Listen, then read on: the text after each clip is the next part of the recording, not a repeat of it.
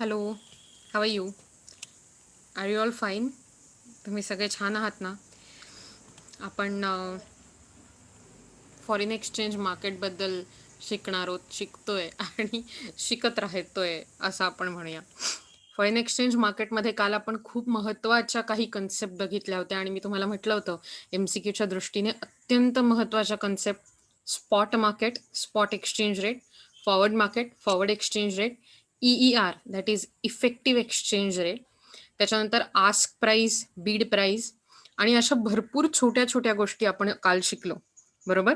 आज त्याच्याच पुढचं हेजिंग फंक्शन काय असतं, म्हणजे रिस्क कव्हरेजसाठी किंवा रिस्क मॅनेजमेंटचं फंक्शन काय असतं आणि त्याचा पुढचा भाग आपण बघणार आहोत. So without further do let me take you to the notes. Okay. So as we have already seen, the forward market is operated and the contracts are signed to minimize the risk of loss due to the adverse changes in exchange rate. त्याला hedging असं म्हटलं जातं. So that is risk कमी करणं, hedging. Secondly profit मिळवणं, that is speculation. बरोबर. आज आपण आत्ता बघताना मॅनेजिंग एक्सचेंज रिस्क म्हणजे हेजिंग बघणार आहोत. It is important to develop strategies for managing currency exchange rate risks.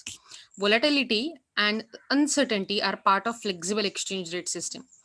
कुठली गोष्ट जर समजा सतत चेंज होत राहिली, ती सतत फ्लेक्झिबल असेल, डायनॅमिक असेल, आर्बिट्रेट होत असेल, तर दॅट मीन्स आपण असं म्हणू शकतो की आपण त्याच्याबद्दल कधी सर्टन असू नाही शकत. We are not so sure की हे उद्या असंच असेल. बरोबर. म्हणजेच त्या चेंजेसमुळे रिस्क वाढते.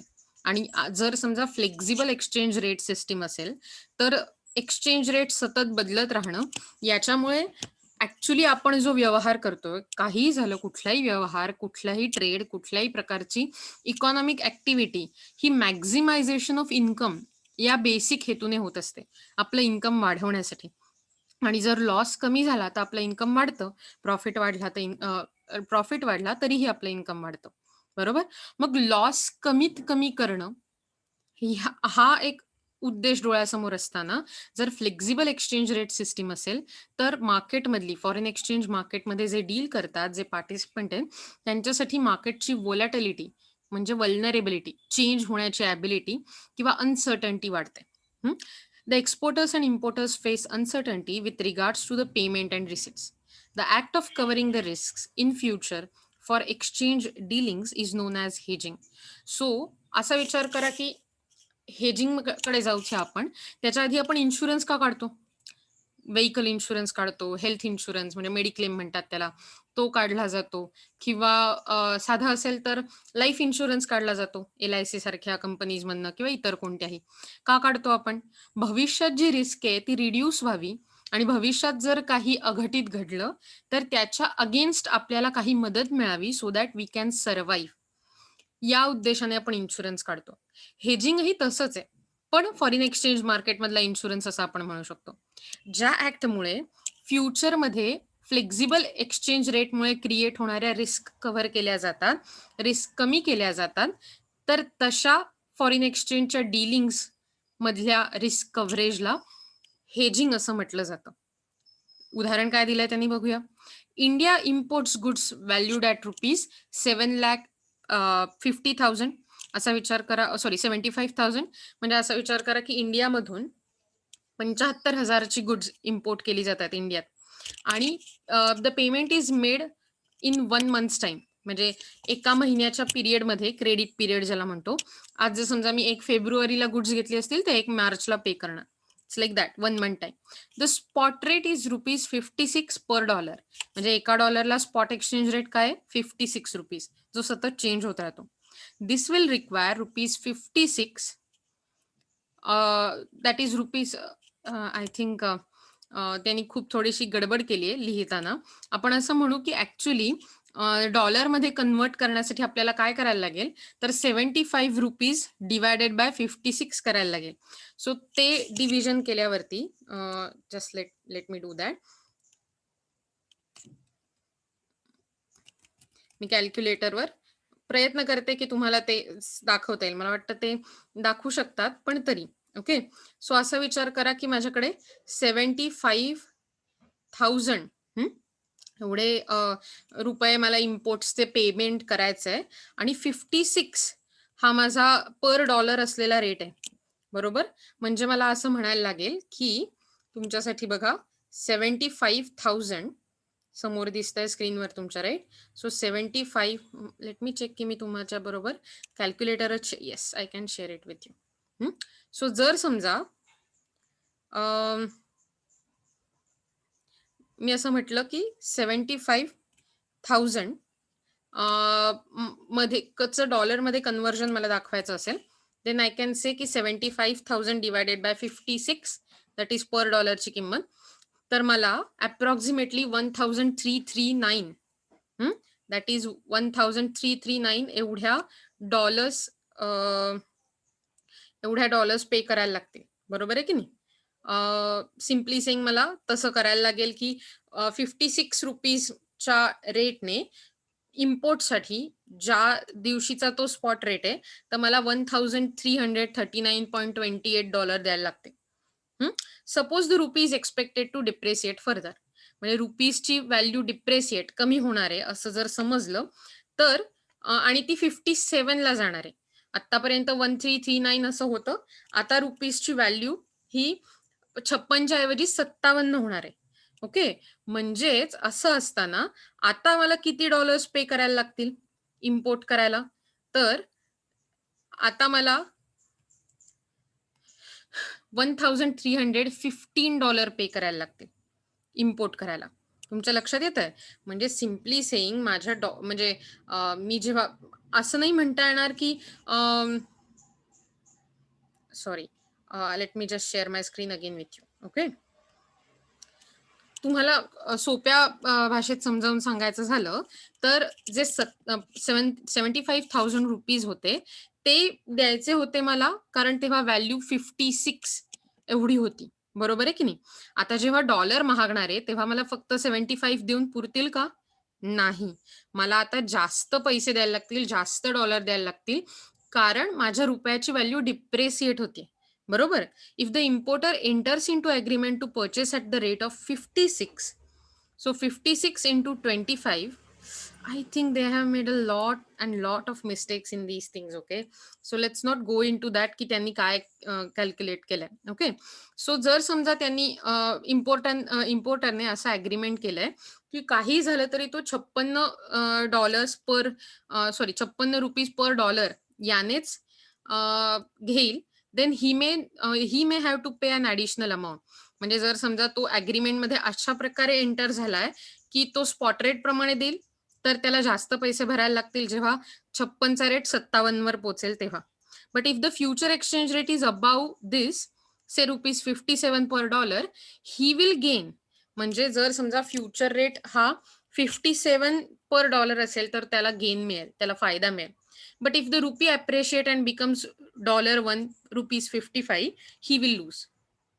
पण जर समजा डॉलर अप्रिशिएट झाला, म्हणजे रुपी अप्रिशिएट झाला, तर मात्र त्याला लॉस सहन करायला लागेल. थोडक्यात सांगायची गोष्ट काय, जर समजा फ्लेक्झिबल एक्सचेंज रेट असेल तर तुम्हाला प्रॉफिट किंवा लॉस होण्याची जी शक्यता असते आणि त्यातल्या त्यात लॉस होण्याची शक्यता ही वाढते, कारण प्रॉफिट तर आपल्याला हवाच आहे. Thus the risk can be minimised by hedging activity. Hedging is the tool to cover export risk. थोडक्यात आपल्या या फ्लेक्झिबल एक्सचेंज रेट सिस्टीममुळे तयार होणाऱ्या रिस्क आहेत त्या कव्हर करण्यासाठी हेजिंग फंक्शन वापरलं जातं. This is most effective tool for ensuring minimisation of loss due to risk in currency fluctuation. म्हणजे करन्सीमध्ये जे फ्लक्च्युएशन होत आहे त्यातून होणारा लॉस मिनिमाइज करण्यासाठी, अवॉइड करण्यासाठी हेजिंग हे अत्यंत गरजेचं असतं, अत्यंत उपयोगी असतं.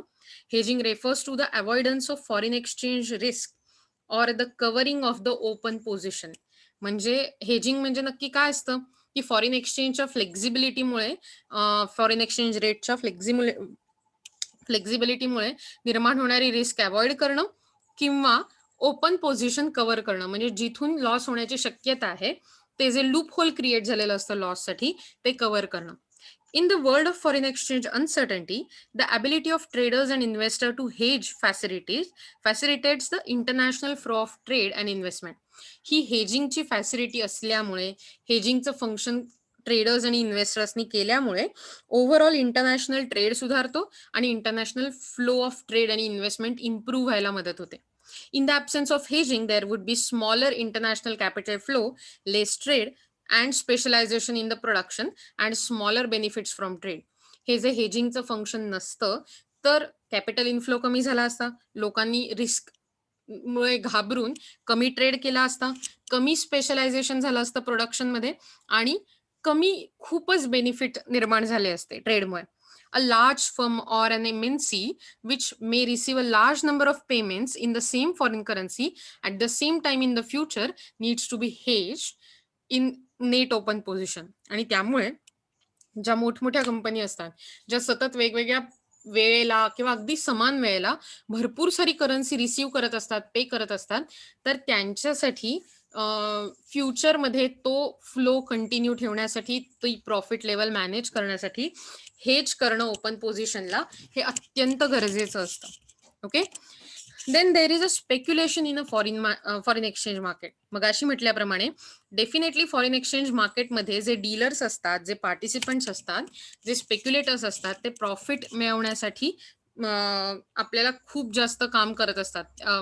इन द सेन्स ते वेगवेगळ्या प्रकारची डील्स करतात, वेगवेगळ्या प्रकारच्या आस्क आणि बीड प्राइस असतात, त्यांच्यातला डिफरन्स हा त्यांचा प्रॉफिट बनतो. हे आपण काल बघितलं होतं, बरोबर आहे ना? तर speculation in the foreign exchange market means buying and selling foreign currency with the aim of making a profit. So profit मिळवण्यासाठी फॉरेन एक्सचेंज बाय आणि सेल करणं आणि त्यातला जो डिफरन्स असतो त्याचा थ्रू प्रॉफिट मिळवणं हे स्पेक्युलेशनचं मेन मोटिव्ह असतं. Speculation in currencies is referred to as currency trading. So स्पेक्युलेशनला जेव्हा ते करन्सीमध्ये केलं जातं तेव्हा त्याला करन्सी ट्रेडिंग असं म्हटलं जातं. बघा बरं का, MCQ आहे, प्रश्न असा येऊ शकतो, व्हॉट इज करन्सी ट्रेडिंग किंवा speculation in currency is known as dash.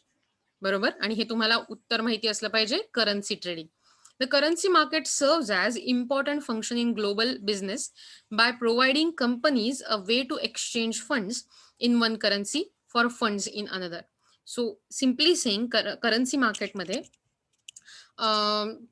असा विचार करूया की ग्लोबल बिझनेस मध्ये जेव्हा तुम्ही सगळ्या मोठमोठ्या कंपनीजमध्ये होत असतो तेव्हा फंड्स म्हणजे एक्सचेंजचे जे रिझर्व्ह असतात ते एका करन्सीतून दुसऱ्या करन्सीमध्ये कन्वर्ट होत असतात आणि खरेदी केले जातात किंवा विकले जातात.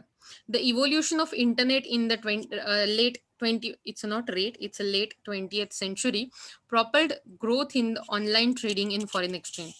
सो जसा इंटरनेटचा विकास जास्त जास्त होत गेला तसा तसा ऑनलाईन फॉरेन एक्सचेंजचं ट्रेडिंग सुद्धा वाढत गेलं. This gave the regular investors and easy and effective way to speculate in a currencies for profit.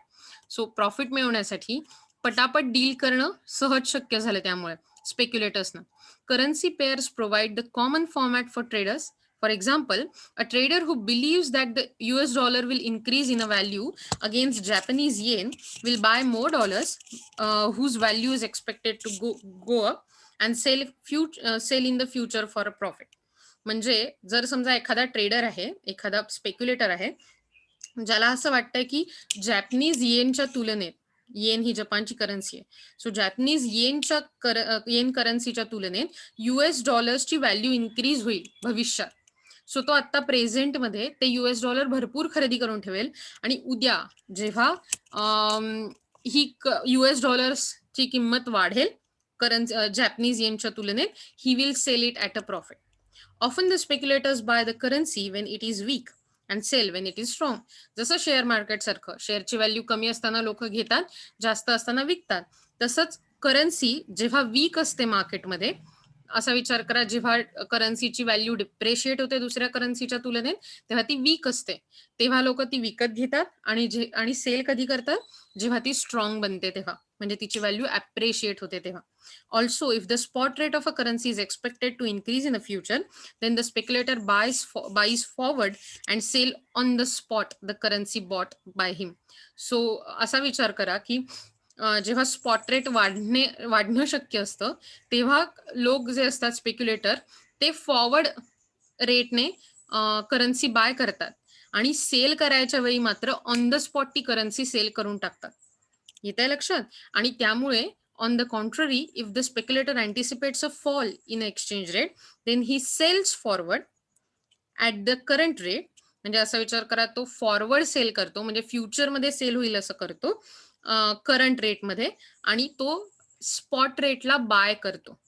म्हणजे जेव्हा स्पॉट रेट कमी असेल तेव्हा खरेदी केली जाते, स्पॉट रेट छोटा असेल तेव्हा विक्री होते. पण खरेदी करण्यासाठी आपल्याकडे करन्सी असणं तर गरजेचं आहे ना.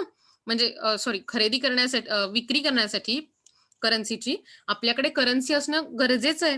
आणि मग मला जेव्हा कळतं की आजचा स्पॉट रेट कमी आहे, पण भविष्यात मात्र तो वाढू शकेल, सो मी काय करते, स्पॉट रेटनं ते खरेदी करते आणि ती भविष्यात विकली जाईल असं फॉरवर्ड मार्केटमध्ये बघते. वेरॅज उलट, जर समजा मला असं वाटत असेल की आता माझ्या करन्सीची व्हॅल्यू ही मोठी आहे आणि उद्याला ती कमी होईल, सो मी काय करते, फॉरवर्ड मार्केटमध्ये करन्सी विकत घेते. म्हणजे उद्याला वगैरे करन्सी विकत घेते, पण मी ती ॲडव्हान्स आजच सेल करून टाकते. That's very complicated but eight very interesting deals in the speculation area of foreign exchange market. आणि अशाच प्रकारची भरपूर सारी डील्स शेअर मार्केटमध्ये पण होऊ शकतात, होतात. The speculators try to minimize risk of loss from foreign exchange dealings by entry into spot and forward arrangements simultaneously. So loss कमी करण्यासाठी, प्रॉफिट वाढवण्यासाठी अशा प्रकारे स्पॉट आणि फॉरवर्ड अरेंजमेंट मध्ये स्पेक्युलेटर्स डील करतात आणि याला स्वॅप्स असं म्हटलं जातं. Again very important detail, swaps. What is swap? When speculators try to minimize the risk of loss from the foreign market exchange dealings, they entry by they do the dealings by entry into spot and forward arrangements simultaneously. It is known as swaps. किंवा असं म्हणू शकतो, swap is entry of foreign exchange market dealers और speculators into spot and forward arrangements simultaneously. पुन्हा एकदा मी तुम्हाला भरपूर प्रकारे हे सांगतेय की या प्रकारे कसा एमसीक्यू क्रिएट होऊ शकतो. सो स्वॅप ही गोष्ट लक्षात ठेवा, जेव्हा स्पेक्युलेटर्स स्पॉट मार्केट आणि फॉरवर्ड मार्केट या दोघांमध्ये एका वेळी डील करत असतात, जास्तीत जास्त प्रॉफिट मिळवण्यासाठी आणि लॉस होण्याची रिस्क मिनिमाइज करण्यासाठी, then it is known as swaps. Okay, राहील लक्षात नक्की. एक्झाम्पल बघा, exchange rate of rupee against dollar is $1.60. 6 months forward, now the rate is $1.61. So 6 महिन्यांपूर्वी एक्सचेंज रेट आहे $1 म्हणजे ₹60. 6 महिन्यानंतर तो आहे $1.61. If the expectation is that dollar value will go up in the future to 61 rupees, the speculator will take long position and buy US dollar at 60. So त्याला जर लक्षात आलं असेल की फ्युचरमध्ये 60चा 61 रेट होणार आहे डॉलरचा, तो आजच ₹60 करन्सी घेऊन टाकेल. डॉलर ॲट 60.5 6 months फॉरवर्ड, आणि ती विकण्याची सोय मात्र 6 महिन्यानंतरची ठेवेल. If he speculation works, he will earn profit of ₹50 per dollar. आणि जर समजा त्याचं स्पेक्युलेशन वर्क झालं तर per dollar rupees, I don't know if they are doing it right in a numbers, but it's okay. आपण theoretically समजून घेऊ शकतो की ही विल अर्न प्रॉफिट. अशा वेळी त्याला प्रॉफिट मिळू शकतो पर डॉलरला, कारण त्याने आज कमी पैशात विकत घेतलंय आणि उद्याला ते 6 महिन्यांनी, उद्याला इन द सेन्स 6 महिन्यांनी ते जास्त पैशात विकलं जाईल याची सोय करून ठेवली. 6 महिन्यांनी विकलं जाईल याची. ॲज इट इज त्याचं अनालिसिस बरोबर असेल तर डॉलरची प्राइस वर जाईल आणि त्यामुळे आपोआपच त्याला फायदा होईल. Similarly, he can take a short position if he expects the exchange rate to go down. Short position म्हणजे काय असते, जर समजा 60 ची व्हॅल्यू 50 ला झाली, तर तो असा विचार करून घेऊ शकतो की शॉर्ट पोझिशन म्हणजे मगाशी म्हटल्याप्रमाणे की तो आज विकेल पण उद्या खरेदी करेल. म्हणजे आज तो ऑलरेडी डॉलर्स विकेल त्याच्याकडे नसलेलेच पैशाच्या तुलनेत, आणि तो भविष्यात ते खरेदी करेल. In a free float system, speculators have ample opportunity to earn extra profits through speculation, which may bring about disequilibrium in a foreign exchange market. असा विचार करा, शेअर मार्केट किती वेळा गुडगडतं, किती वेळा वधारतं. देर इज बेरिश आणि बुलिश ट्रेंड. म्हणजे bearish म्हणजे याचा अर्थ असतो कमी होणारे सेन्सेक्स, कमी होणारे निफ्टी किंवा बुलिश म्हणजे एकदम वाढणारी. सो अशाच प्रकारे फॉरेन एक्सचेंज मार्केटमध्ये, कारण ते फ्लेक्झिबल एक्सचेंज रेट सिस्टीम आहे, प्रॉफिट तर अर्न करता येतोच खूप सारा स्पेक्युलेटर्सना, पण त्यामुळे फॉरेन एक्सचेंज मार्केटमध्ये डिसइक्विलिब्रियम होण्याची शक्यता असते, जी आपण बघितली आहे डिमांड आणि सप्लायमुळे होते. The advocates of flexible exchange rate believe that the speculation cannot be destabilizing. So जे ॲडव्होकेट असतात, ज्यांना फ्लेक्झिबल एक्सचेंज रेट सिस्टीम असली पाहिजे असं वाटतं, ते मात्र असं म्हणतात की असं जरी असलं तरी स्पेक्युलेशन हे मार्केटला डिस्टॅबिलाइज म्हणजे मार्केटची स्टॅबिलिटी तोडू शकत नाही किंवा तोडणार नाही. Speculation is a opposite of hedging. हेजिंगच्या एक्झॅक्ट अपोजिट असलेली गोष्ट म्हणजे स्पेक्युलेशन असते. A hedger seeks to cover foreign exchange risk and speculator accepts and even seeks out a foreign exchange risk in the hope of making profit. म्हणजे hedger foreign exchange मार्केटमधली risk कमी करायचा, cover करायचा प्रयत्न करतं, वेरॅज स्पेक्युलेटर ही risk accept करतो आणि even अशी रिस्कला फॉलो करतो. त्याला रिस्क असली तरी चालते, कारण असं म्हटलं जातं, जितकी जास्त रिस्क तितका जास्त profit. If the speculator correctly anticipates future changes in the spot rates, there is a profit in the deal. Otherwise, he or she will incur loss. So त्याने अतिशय करेक्टली अनालाइज करून स्पॉट रेट कसा फ्युचरमध्ये असेल हे anticipate केलं तर त्याला प्रॉफिट होतो. मात्र अदरवाईज त्याला लॉस होऊ शकतो. Speculation like in the case of hedging can take place in a spot, forward, futures and options market. So speculation हे हेजिंग सारखंच स्पॉट मार्केटमध्ये, फॉरवर्ड मार्केटमध्ये, फ्युचर मार्केटमध्ये आणि ऑप्शन्स मार्केटमध्ये प्लेस होऊ शकतं. पण युजली फॉरवर्ड मार्केटमध्ये त्याचं जास्त परिणाम दिसतो किंवा ते जास्त प्रमाणावर दिसून येतं. Okay, now we are moving towards arbitrage. What is arbitrage? Let's read it. Arbitrage refers to the act of simultaneously buying a currency in one market and selling it in the another market to make profits by taking advantage of price or exchange rate difference in the two markets. असा विचार करा, मगाचपासून आपण वेगवेगळ्या प्रकारची markets बघतोय. Spot market बघितलं, forward market बघितलं, ज्याला आपण स्वॅप पण बघितलं, जेव्हा दोन्ही मार्केटमध्ये एकत्र अरेंजमेंट केली होती स्पेक्युलेटर्सने, बरोबर. सो जेव्हा सायमल्टेनियसली बाईंग आणि सेलिंग वेगवेगळ्या प्रकारच्या मार्केटमध्ये दिसून येतं, थोडक्यात ज्यातून आपल्याला जास्तीत जास्त प्रॉफिट मिळू शकतो. हे का होऊ शकतं? कारण प्रत्येक मार्केटमधलं एक्सचेंज रेट डिफरंट असतो, तर त्याला म्हटलं जातं arbitrage. If the arbitrage operations are confined to the two markets only, then it is known as two-point arbitrage. तेव्हा फक्त दोन मार्केटसाठी आर्बिट्रेज कन्फाइंड असतं, कंट्रोल केलेलं असतं, फक्त दोन मार्केटमध्येच आर्बिट्रेज दिसून येतं, तेव्हा त्याला टू पॉइंट आर्बिट्रेज असं म्हटलं जातं. लक्षात ठेवा, टू पॉइंट आर्बिट्रेज म्हणजे जेव्हा दोन मार्केटमध्येच सायमल्टेनियसली बाईंग सेलिंग होत असतं करन्सीचं तेव्हा. If they extend to 3 or more markets, it is known as 3-point or multi-point arbitrage. So 3 मार्केटमध्ये जेव्हा ते एक्सटेंड होतं तेव्हा त्याला 3-point arbitrage म्हटलं जातं, 3 points arbitrage. पण त्याच्यापेक्षा जास्त मार्केटमध्ये असेल तर त्याला मल्टी पॉइंट आर्बिट्रेज असं म्हटलं जातं.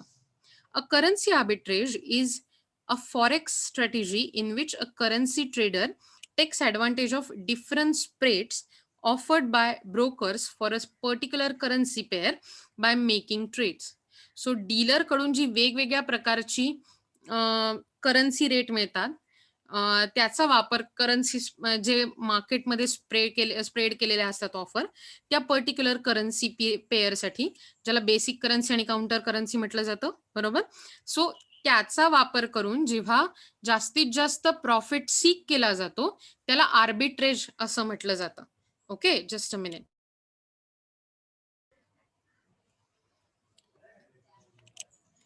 ओके. सो म्हणजे तुमच्या लक्षात आलं असेल की 3 point arbitrage, multi point arbitrage म्हणजे काय असतं, कशा प्रकारे ते काम करतं मार्केटमध्ये. वेगवेगळ्या प्रकारच्या करन्सीचे रेट आणि त्यातला डिफरन्स मिळून जो जास्तीत जास्त प्रॉफिट क्रिएट केला जातो तो आर्बिट्रेजमध्ये मिळतो, बरोबर. Currency arbitrage involves buying and selling currency pairs from a different brokers to take advantage of mispriced rates. म्हणजे वेगवेगळ्या ब्रोकर्सकडे जी वेगवेगळ्या करन्सी पेअरचा रेट लावला जातो आणि त्यातून त्या दोघांमध्ये जो डिफरन्स असतो ज्याला मिसप्राइज्ड रेट्स असं म्हटलं जातं, त्याचा फायदा करून घेणं आणि त्यातून आपला प्रॉफिट वाढवणं हे आर्बिट्रेजमधनं शक्य होतं. Currency arbitrage involves exploitation of the differences in quotes rather than movements in the exchange rate of the currencies in the currency pair. So थोडक्यात सांगायचं झालं तर तुम्ही असं विचारूच शकता मला की मग मगाशी काय वेगळं होतं, स्वॅप का वेगळा आहे? डिफरन्स तर बघितला आपण दोन मार्केट मधला, पण बेसिकली नॅचरली जे फ्लेक्झिबल एक्सचेंज मार्केट मधली करन्सीचे रेट वेगवेगळे फ्लोट होत असतात, त्याचा फायदा न घेता जेव्हा 2-3 वेगवेगळ्या ब्रोकर्सनी कोट केलेले म्हणजे सांगितलेले रेट जे डिफरंट असतात, त्या डिफरंट रेट्स मधला जो फरक गोळा होतो, त्या फरकातून जो फायदा होऊ शकतो. समजा असा विचार करा, मी नंतर एक्स आणि वाय असे 3 लोक मिळून आम्ही करन्सीमध्ये डील करतोय. ओके. माझ्यासाठी ₹2 असा रेट मी 61 ठेवलाय. Continuing brokerage also. ओके. एक्सने तो 61.5 लावलाय, वायने 60.5. ओके. माझा 61 आहे, एक्सचा 61.5, वायचा 60.5. आता ते काय करतात, ते ऍक्च्युली कमी पैशाला खरेदी करतात, म्हणजे ते वाय मधून खरेदी करणार आणि मे बी ते मला स्किप करतील, पण एक्स कडे जास्त पैशाला ते विक्री करतील. They will sell it at 61.5. म्हणजे त्यांच्याकडे जो ₹1 फरक पडतो, त्याचा वापर करून कोट प्राइसला एक्सप्लॉइट करून ते प्रॉफिट कमवतात. So that is called arbitrate. आणि आर्बिट्रेजर्स म्हणजे जे आर्बिट्रेट करतात ते. Forex traders typically practice two currency arbitrage in which difference between the spreads of two currencies are exploited. Generally arbitrage हे दोन currency मध्ये केलं जातं. Traders can also practice three currency arbitrage म्हणजे इंडियन रुपीज, नंतर Japanese येन आणि American dollar या 3 मध्ये जर कोणी आर्बिट्रेज करत असेल, लाईक 3 करन्सी मध्ये, ज्याला ट्रायंग्युलर आर्बिट्रेज असं म्हटलं जातं, 3 करन्सी आर्बिट्रेज किंवा ट्रायंग्युलर आर्बिट्रेज, तर ट्रेडर तशाही प्रकारे करू शकतात आणि त्याच्यासाठी अत्यंत कॉम्प्लेक्स स्ट्रॅटेजी वापरली जाते. Due to the use of computers and high-speed trading system, large traders often catch differences in currency pair quotes and close the gap quickly. आणि जेव्हा इंटरनेटमुळे खूप पटापट ह्या सगळ्या छोट्या गॅप, चेंज होणारे सगळे फॅक्टर्स दिसून येतात, तेव्हा ते पटकन ती कॅच करतात आणि पटकन त्याचा फायदा करून घेतात. They close that gap very quickly. So the most important risk that forex traders must deal with while arbitraging currency is execution risk. So या सगळ्यातली सगळ्यात मोठी रिस्क काय असते आर्बिट्रेज मधली, जे आर्बिट्रेजर्सना किंवा फॉरेक्स ट्रेडर्सना बेअर करायला लागते, ती असते execution risk. This risk refers to the possibility that the desired currency quote may be lost due to the fast moving nature of forex market. Forex market इतक्या पटापट चेंज होत राहतं, इतकं मोठं डायनॅमिक स्ट्रक्चर आहे त्याचं, की माझं डील एक्झिक्यूट होण्याआधी जर चेंज झालं, कोटेड प्राइस जर त्याच्या आधी चेंज झाली, तर मला लॉस होऊ शकतो आणि ही रिस्क उचलण्याची ट्रेडर्सची तयारी असणं गरजेचं असतं.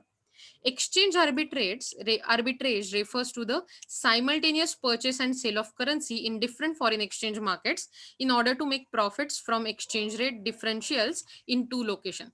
सो दोन वेगवेगळ्या रिजन्स मध्ये, दोन वेगवेगळ्या लोकेशन्स मध्ये जो एक्सचेंज रेट मध्ये डिफरन्स असतो, त्याचा वापर करून सायमल्टेनियसली परचेस आणि सेल करणं एकाच वेळी, सो दॅट आपल्याला जास्त प्रॉफिट मिळेल, याला एक्सचेंज आर्बिट्रेज असं म्हटलं जातं. ओके. मग अशी म्हटल्या प्रकारे तुम्हाला हे लक्षात आलं पाहिजे, आपण खूप साऱ्या वेगवेगळ्या टर्म्स बघतोय. स्वॅप बघितलं, ट्रायंग्युलर आर्बिट्रेज बघितलं, बरोबर ना? त्याच्यानंतर आपण हे बघितलं की करन्सी आर्बिट्रेज काय आहे, बरोबर? 3 पॉइंट किंवा multi point arbitrage, 2 point arbitrage काय आहे, हे बघितलं. This risk refers to the sorry, आपण खाली पोहोचलो होतो नाही का? Sorry. Exchange arbitrage so refers to the simultaneous purchase and sale of currency in the different foreign exchange markets in order to make profits from the exchange rate differentials in two locations. So arbitragers म्हणजे जे ज्यांना जास्तीत जास्त profit मिळवायचा असतो by taking advantage of different exchange rate prevailing in a various foreign exchange market due to interest rate differentials. म्हणजे arbitrageurs कोण असतात, जे who make profit who make a profit who takes the advantage of the difference in exchange rate prevailing in a various foreign exchange market due to interest rate differentials. So त्यांना म्हणतात arbitrageurs. लक्षात ठेवा. Suppose that the dollar to pound exchange rate is £1 is a $2 in New York, but pound 1 is $2.01 in London.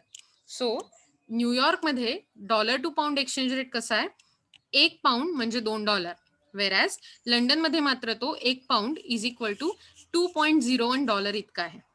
Foreign exchange traders will find it profitable to purchase pound in New York at $2 per pound, and immediately they will resell them in London for rupees 2.01. म्हणजेच त्यांना 1% profit होईल प्रत्येक pound जो त्यांनी sold केला त्याच्यावरती. येते लक्षात तुमच्या? म्हणजे त्या क्षणी फक्त एका पैशाचा फरक दिसतोय तुम्हाला, बरोबर आहे ना. पण तो एका पैशाचा फरक वापरून ते असं बऱ्याच मोठ्या पाऊंड्स मध्ये डॉलर्स मध्ये डील करतात आणि literally lakhs crores billions millions मध्ये प्रॉफिट मिळतो अशा प्रकारे आर्बिट्रेज केल्यावरती. The cost of banks transfer etcetera will have to be deducted to get the net earning from arbitrage. So या सगळ्यात ब्रोकरेज, कॉस्ट ऑफ बँक्स आणि या सगळ्याचा बँक ट्रान्सफर या सगळ्याचा विचार केला जातो, करायला लागतो, सो दॅट आपल्याला कळेल आपल्याला नेट अर्निंग एका आर्बिट्रेज मधनं किती मिळालंय. Through 0.1 works in feels insignificant, म्हणजे 1 पैसा हा अतिशय इनसिग्निफिकंट दिसला तरी when transactions are very large the profit margin also be substantials. म्हणजे जेव्हा आपले ट्रान्झॅक्शन जरी 1 पैसा आता छोटा दिसत असला तरी मी तुम्हाला आधी म्हटल्याप्रमाणे जेव्हा अशी खूप मोठी मोठी ट्रान्झॅक्शन होतात तेव्हा त्यांचा प्रॉफिट मार्जिन पण खूप मोठा असतो. Now as the demand for pound increases in New York, मग अशी म्हटल्याप्रमाणे कारण न्यूयॉर्कमध्ये $2 1 पाऊंड मिळतोय, सो अशा वेळी न्यूयॉर्क मधली डिमांड पाऊंड्सची वाढते आणि एखाद्या गोष्टीची डिमांड वाढली then the dollar price of the pound will rise about $2.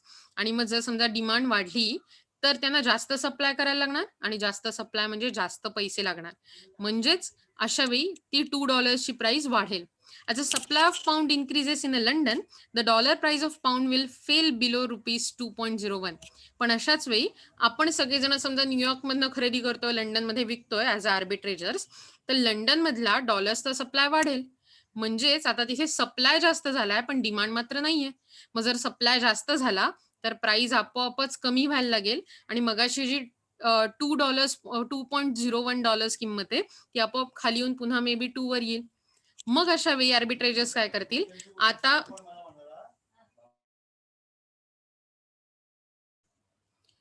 म्हणजेच आता काय होईल, जे लोक पूर्वी न्यूयॉर्क मधून खरेदी करत होते आणि लंडन मध्ये जाऊन विकत होते, जाऊन म्हणजे जिथे असून नुसतं ऑनलाईन, ते आता लंडन मधून खरेदी करायला लागतील कारण तिथली प्राइस कमी होईल आणि ते न्यूयॉर्क मधली प्राइस वाढल्यामुळे न्यूयॉर्क मध्ये विकायला लागतील.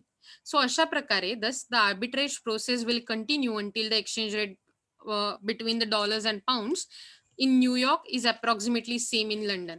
म्हणजे जोपर्यंत हे दोन्ही एक्सचेंज रेट सेम होत नाही तोपर्यंत आर्बिट्रेज चालूच राहील. पण तुम्हाला असं वाटतं का खरंच की हे दोन्ही सेम अगदी लगेच लगेच होतील? I don't think so. Arbitrage between the two currencies दस युनिफाईज द फॉरेन एक्सचेंज मार्केट. आणि त्यामुळे आर्बिट्रेज झाल्यामुळे दोन फॉरेन एक्सचेंज युनिफाय केले जातात. थोडक्यात त्यांच्या थ्रू मिळणाऱ्या एक्सचेंज रेटच्या व्हॅल्यू या सेम सेम केल्या जातात. ओके. सो आपण आज काय काय बघितलं लक्षात घ्या बरं का. आपण आज बघितलं हेजिंग काय आहे, आपण बघितलं स्पेक्युलेशन काय आहे आणि आपण बघितलं की आर्बिट्रेज काय. यात खूप सारे छोटे छोटे डिटेल आले जे एमसीक्यूच्या दृष्टीने कसे महत्वाचे आहेत हे मी तुम्हाला सांगितलं. आता उद्याला आपण problems of foreign exchange rate and rational for government intervention, म्हणजे flexible exchange rate foreign exchange मार्केटमध्ये असण्याचे प्रॉब्लेम्स, लिमिटेशन्स, तोटे काय असतात आणि त्यामुळे गव्हर्नमेंटला इंटरव्हीन का करायला लागतं किंवा गव्हर्नमेंटला आत एंटर करून का ते थोडक्यात काही फिक्स करायला लागतात, ह्याविषयी आपण बघणार आहोत. Which again a very vast topic. So आजसाठी आपण इथेच थांबूया आणि उद्याला नक्की भेटूया. तोपर्यंत प्लीज घरीच राहा, कुठंही बाहेर पडू नका जर गरज नसेल तर, कारण आपणच आपल्या घरच्यांना सांभाळू शकतो फक्त घरी राहून. सो आजचं आपलं काम आहे घरी राहणं, अभ्यास करणं, because that's what the thing which will make us survive today. आज आपल्याला जगवण्याची क्षमता फक्त घरी राहण्यात आहे. ओके. प्लीज अभ्यास करत राहा. काही डाऊट असला प्लीज विचारा. And till then bye. Have a very nice day ahead. Okay.